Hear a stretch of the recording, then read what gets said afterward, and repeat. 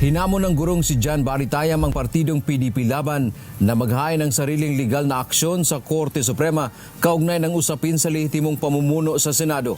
Iginiit ni Tayam na dapat panindigan ng PDP Laban ang kanilang naunang pahayag na kukwestiyonin ang legalidad ng bagong liderato sa Senado.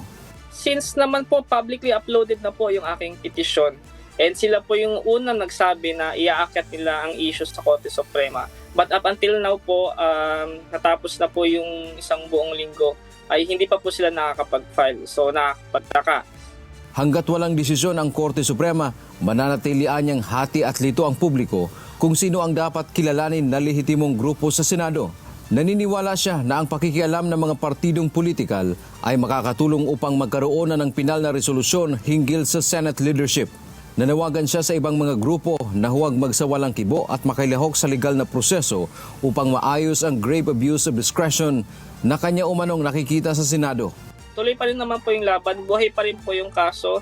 So kung may panibagong petisyon o mayroong magmamotion and intervention doon sa aking petition, okay na naman po. Nasa Korte Suprema po yan kung bibigyan po nilang separate na desisyon o di kaya ay i-consolidate nila yung ang petition na yon.